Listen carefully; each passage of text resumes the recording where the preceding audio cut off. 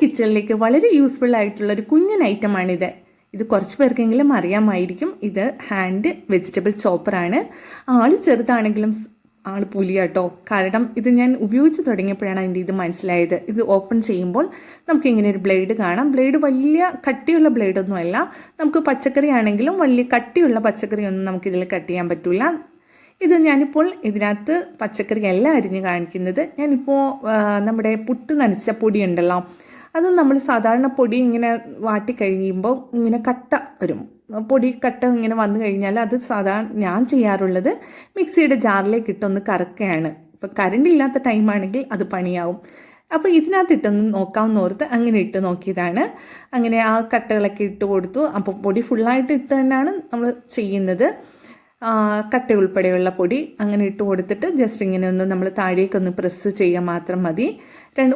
ഒരു മിനിറ്റ് നമ്മളിങ്ങനെ പ്രസ് ചെയ്ത് കഴിയുമ്പോൾ ആ കട്ടയെ കുറച്ച് ഇത് നമ്മൾ കൈ പിടിക്കണമെന്നില്ല. താഴെ അതിൽ വാഷർ ഉള്ളത് കൊണ്ട് തെന്നിപ്പോകുന്നില്ല.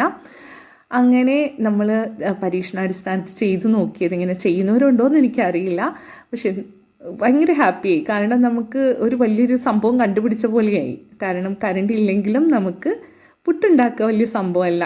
അല്ലെങ്കിൽ അതിൻ്റെ കട്ട ഉടച്ചെടുക്കുക എന്ന് പറയുന്നത് ഇത്തിരി പണിയുള്ളതാണ്. അങ്ങനെ രണ്ടാമത്തെ സെക്ഷനും ഞാൻ അതേപോലെ തന്നെ പൊടിച്ചെടുക്കുകയാണ്. ഇപ്പോൾ ഫുള്ളായിട്ട് ആ പൊടി അങ്ങനെ പൊടിച്ചെടുത്തിട്ടുണ്ട്. കുത്തിരിയുടെ പൊടി ആയതുകൊണ്ടാണ് കേട്ടോ ഈ കളറ്. അങ്ങനെ ഉണ്ടാക്കിയ പുട്ടാണിത്.